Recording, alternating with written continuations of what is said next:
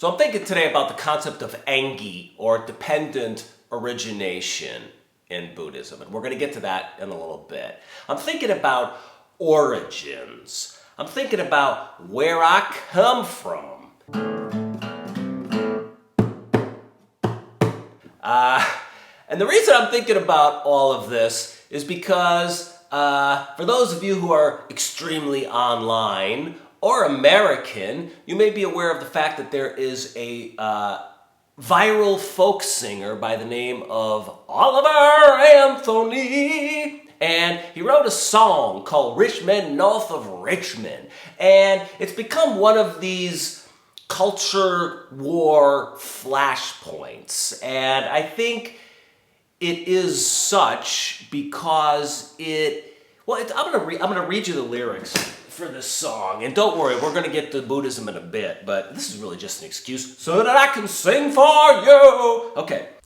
Hey, what's up, kids? What's the dealio? It's Editor Jack here from the future. I just wanted to give you a taste of what this Oliver Anthony is like, so you know what I'm talking about here. Let's pull up my YouTube. There's the man. We're going to play a little bit of him, and then we're going to cut to my version of him. Y'all ready? Here we go. I've been selling my soul, working all day, overtime hours, bullshit pay, so I can sit out here and waste my life away. Drag back home and drown my troubles away. It's a damn shame. I've been selling my soul, working all day, overtime hours for bullshit pay. Like really powerful, straight out of like the Arlo, Woody Guthrie, Bob Dylan tradition of folk music for the working class. Look at this, I got frisson, as the French say. Okay, so that's like the start of this song. But then Mr. Anthony goes into lyrics that can be construed as like right-wing populism. So he talks about how he wishes that politicians were more interested in miners, i.e. coal miners, than miners on an island, i.e. Jeffrey Epstein's Lolita Island. My point is that this song is like, on the one hand, it's got a very classical left-wing progressive sentiment. And on the other hand, it's got a very contemporary right-wing conspiratorial flavor. And these two things clash in this song. And I think that's why it's become a cultural, like a hot button song. I'm gonna talk about Zen, independent origination, but you gotta understand I got a fascination with American culture. Y'all are batshit crazy. In one of the missives that I stumbled upon, relating to this, I guess he would be a poor man south of Richmond, Anthony Edwards, or not Anthony Edwards, that's the guy from ER, Oliver Anthony. In one of the missives dissecting his song, a writer in New York Magazine says, has kind of a few interesting sentences that then segue into a sentence that stopped me in my tracks because it's a definition of progressive politics that sounds an awful lot like the Buddhist notion of codependent origination, or engi, as the Japanese call it, or pratitsamutpada, which is the Sanskrit word. And it's a seminal teaching in Buddhism, and we're going to get to that in a bit, but I just want to run through a little bit of this paragraph with you. So this gentleman says, his name is Eric Levitz, and it's in New York Magazine, and the title is Oliver Anthony and the Incoherence of Right-Wing Populism.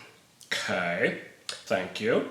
So he says, the question of whether to treat writers of reactionary folk songs with contempt is a normative one, about which reasonable people may disagree. Well, first of all, I disagree with your whole premise, okay?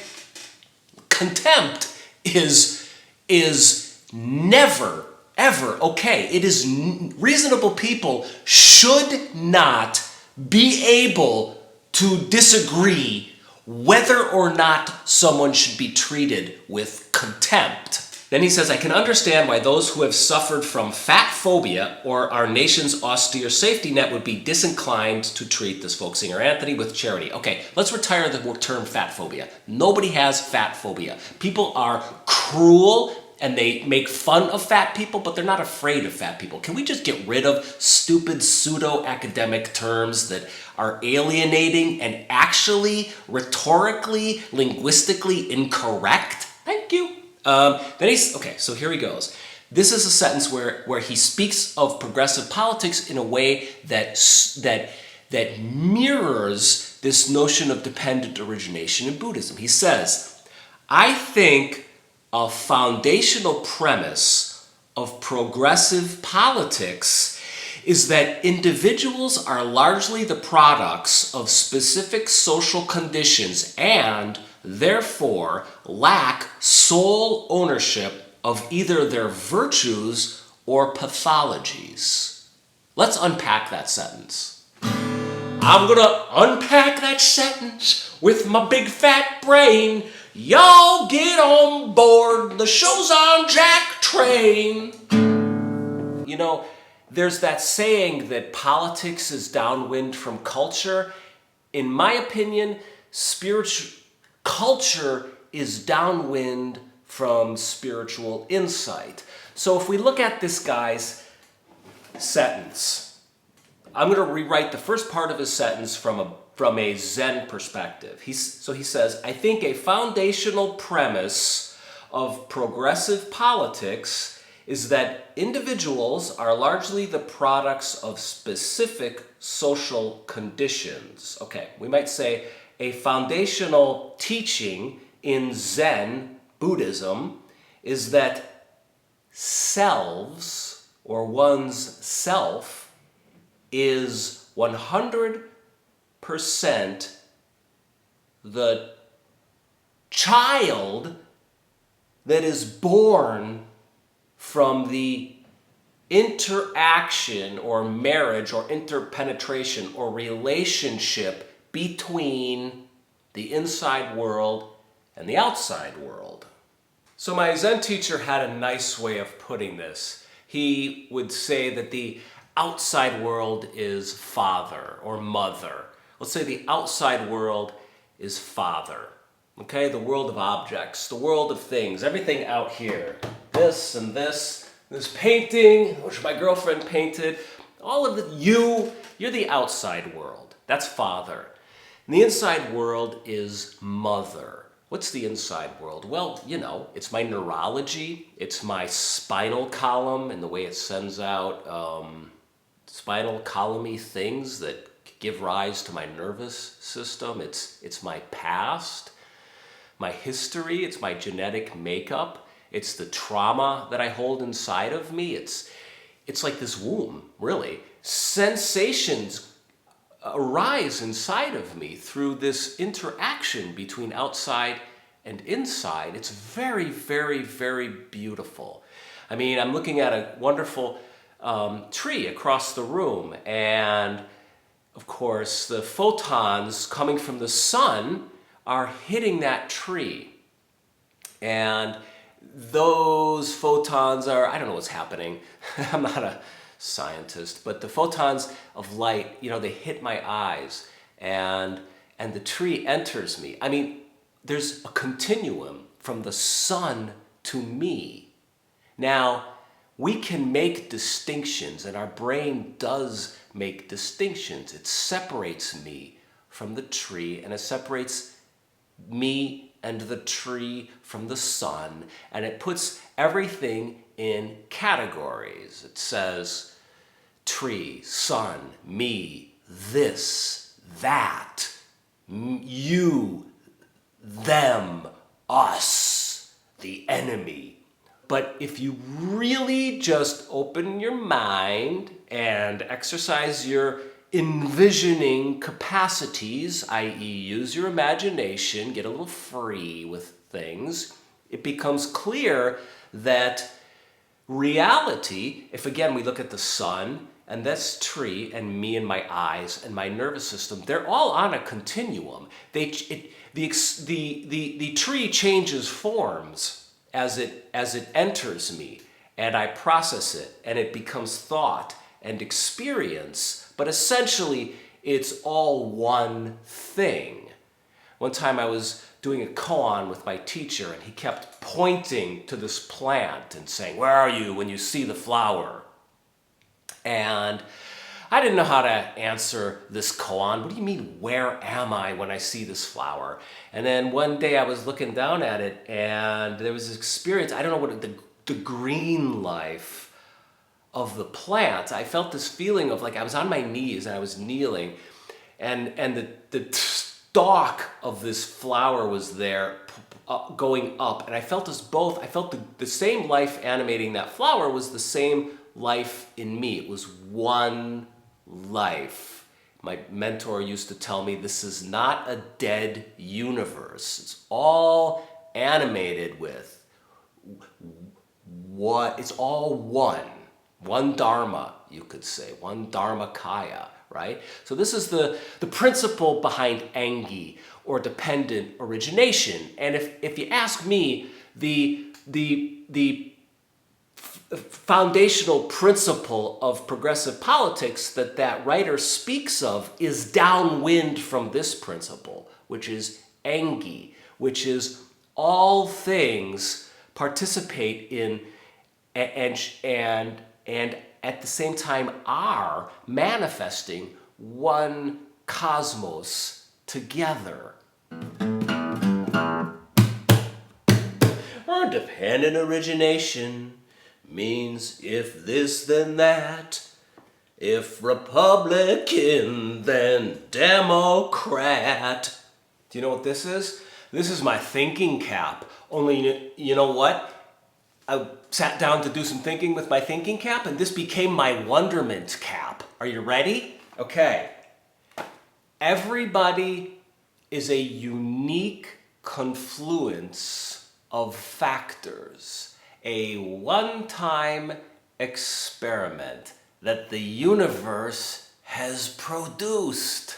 That means me, that means you, that means rich men north of Richmond and poor folks south of Richmond. But arguably, that same template holds for each and every moment of our lives, right? Like moment after moment, inside and outside meet.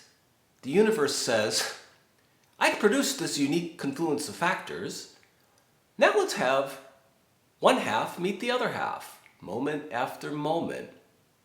Inside and outside meet, and a new self and a new world, a new inside and a new outside, are born together and then they die together. Born together and die together, instant after instant. But, because I got my wonderment cap on, if you go even deeper, that birth and that death and that self and that world are not fundamentally separate, okay? They exist codependently or interdependently. This is engi, pratityasamuttampada, dependent origination, codependent origination, etc. Fancy Buddhist terms that essentially mean this. You know, if this, birth, then that, death. They're two halves of the same thing, which is to say that they are one thing. So too, this, that, me, you, self, other, inside, outside, world, individual, Republican, Democrat, white, black, gay, straight, etc. So the way Thich Nhat Hanh puts this is that, I mean, I'm piecing this together from different things I've heard him say, but basically all things lack their own being. So they lack their own being. They lack solidified fundamental individuality. That just doesn't exist. That's not a real thing. That's an illusion. All things lack their own being. Rather, they fundamentally share and manifest interbeing. Interbeing. Interbeing is a beautiful thing, but as far as words go, it ain't got much of a ring. Interbeing, interbeing, it's a beautiful din-darn diddly thing. All things arise in dependence upon each other. Joe Biden and Trump are sister and brother. You cannot have one without the other. If you like my manifestation, you can go to Patreon and support this operation. The link is right here. You can buy me a beer. Hey, if you enjoyed this video and you'd like to support this channel so that I can keep on putting my wonderment hat cap on and making these videos, you can go to Patreon to support me there. A lot of you are also going to PayPal and offering a one-time donation. I really appreciate that too. Your gifts, your dana, helps make this fun and exciting and in an interdependent way, i.e., you helped me buy this new microphone for my camera, allows me to keep producing these videos, and I really love that. I love the support that comes my way, and then it touches something inside me, and I reach in there and I try and give something back. So not to muddy the waters of this interbeing and interdependence lecture with a cash grab, but really, thank you for supporting the station, this YouTube channel, and I offer these things for free, so you have to throw money in my begging cap if you don't want to. Well, I'll just sit here on the side of the road and make up my folk songs no matter what. If you like what you hear, y'all can throw in your coins. If you don't, get on your way, y'all rich men from North Richmond. Recognize that one? I played guitar in high school, which is to say I played this string. It's the only string I know how to play. So I'm going to practice my guitar playing on one string now. Y'all take care and have a great day. Ciao.